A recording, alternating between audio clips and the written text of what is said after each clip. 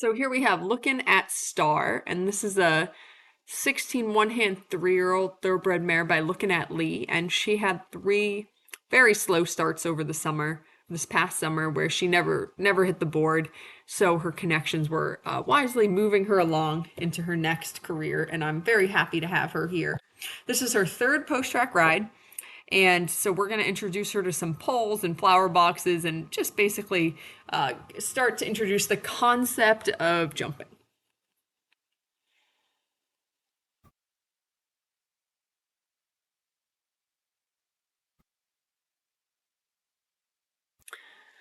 So, like I always do, we started by just walking over things. She was actually very sort of chill. She was a cool customer today because she sometimes they need to sort of get their feet moving at first if they have a little bit of pent up anxiety or whatever it is. So, you might have a little trot around first and then go back to the walk and walk over things. But she was really chill and she was just happy just to start by walking over all the things, which was great. And she did it all very nonchalantly. There was no worry about it, it was not stressful.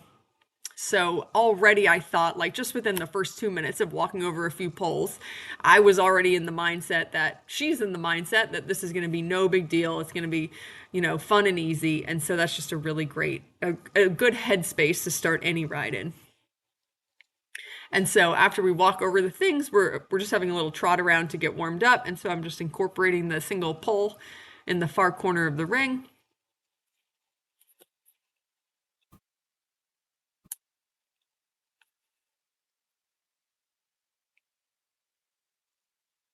I know that these videos, I always feel like when I'm putting this stuff out, like it must be so boring. We're just watching a horse trot over some poles.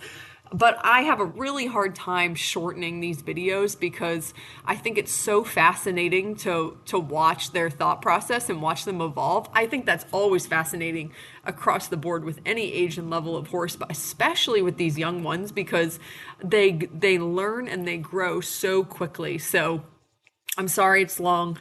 I really couldn't cut anything out because I just think it's cool to see. You have to see the mistakes and the learning process first in order to appreciate their light bulb moments and as they figure things out down the line.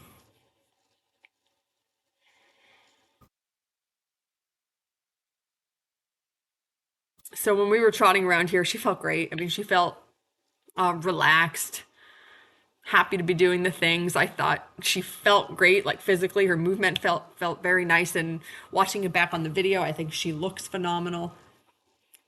I'm not asking for a ton of contact here. The purpose of this ride is not to work on her roundness and her connection. So of course there's going to be a working contact where we're having a conversation, but it's not like I'm trying to get her super round here. I want all of her brain focused on the things in front of her and getting from one side to the other.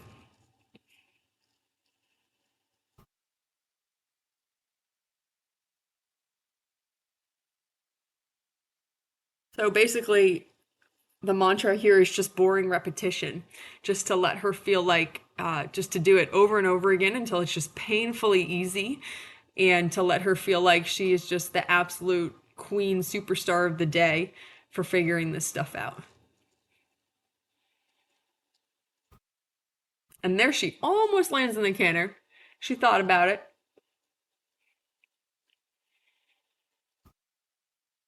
I think now I'm going to come around and incorporate the flower boxes with the pile of poles, and that gets her a little bit more oomph. So I think she lands really nicely in the canter here.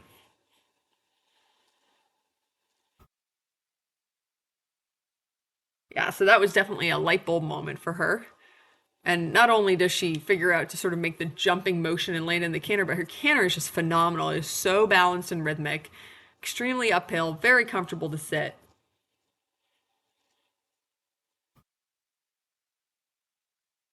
So now I'm just going to sort of keep crossing my diagonal over the respective pile of poles.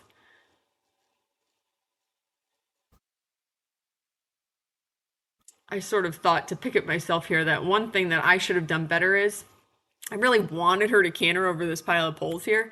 And it's actually sort of funny that she didn't because it's headed right towards the gate. And usually if anything's going to get them thinking of going somewhere, it's towards the gate. But she's not really bothered by that stuff. So anyway, I thought I overrode it with my shoulders. I watched it back in slow-mo a couple of times, and every time I went to that pile of poles, I was asking her way too much with my upper body, and she did a fantastic job of just totally ignoring me.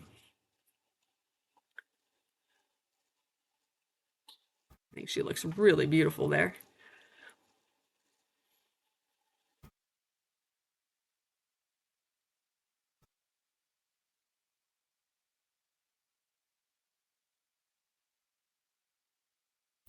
So at this point, I'm thinking that she's telling me that this is getting pretty darn boring, like in a good way, like this is just easy.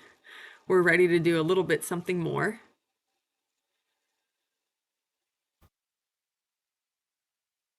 She's so cute with her ears when you realize that she's looking at where she's going.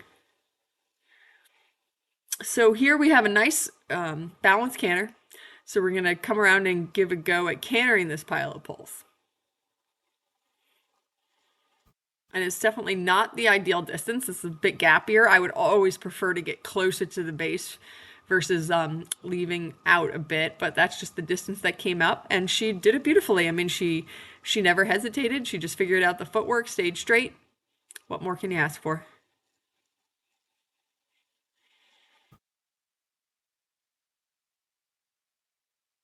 And so here I sort of just thought that this canter feels great. I thought we might sneak in this cavaletti, and that is the distance I would always prefer to get if I could choose between that and the gap. The nice little punchy right to the base spot.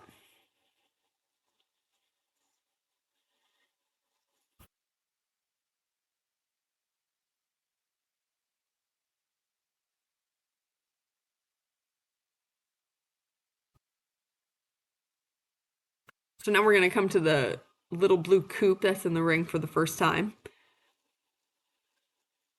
And so the first time it's just like we just get over it. She literally just trots over it like it's a ground pole, which is totally fine.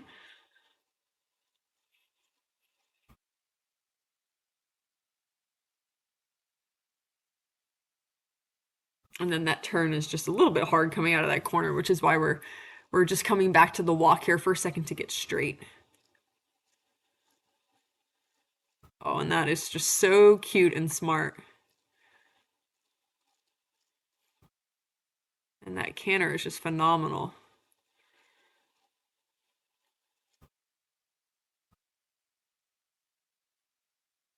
And so here she almost comes all the way in the canter. She adds like two trot steps right there, right before it, and then lands cross cantering, which is no doubt because she sort of changed her mind about the approach there at the last minute. And I don't want to force anything on her. I don't want her to jump super imbalanced to force her to canter when she's trying to trot. She just sort of has to figure it out at this point for herself, what feels the best. And so I'm just trying to provide support. I need to provide the straightness and the balance, but the footwork is up to her.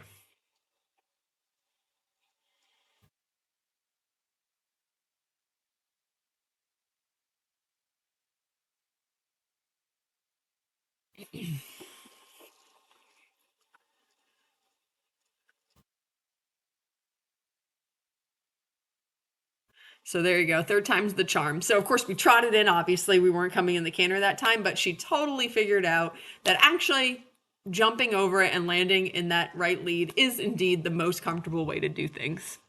And she did it very cutely. And so then I just took advantage of being on this right lead here. And that was very good and positive.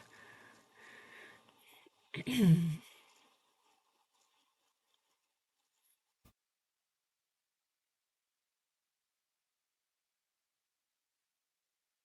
then we're just going to come around and do that one more time. She put in like one trot step before that flower box the last time, which is fine. I'm not upset about that at all. But there you go. That was perfect. Exactly what I wanted.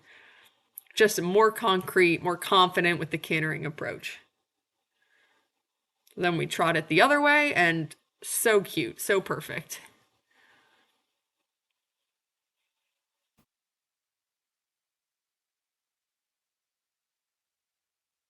I think now we're coming to my sort of raised empty flower box on the center line. And that was super brave and straight. It's hard to jump across the serpentine across the center line like that with a jump at X for any horse, and she was really, really good about that. Throw in the cavalettis again. Again, she jumped it super cute. She's really just being so good about just jumping whatever I put in front of her face and just really figuring out the footwork and getting so much wiser about it very quickly as she goes. I love that her ears are pricked. That was so cute. So that is a raised flower box with flowers in it. So she hadn't seen that before, and she was very, very brave and honest and straight. And so we're just going to conclude by doing it one more time. Maybe a little bit less overjump is what I'm going for. More confidence, less overjump.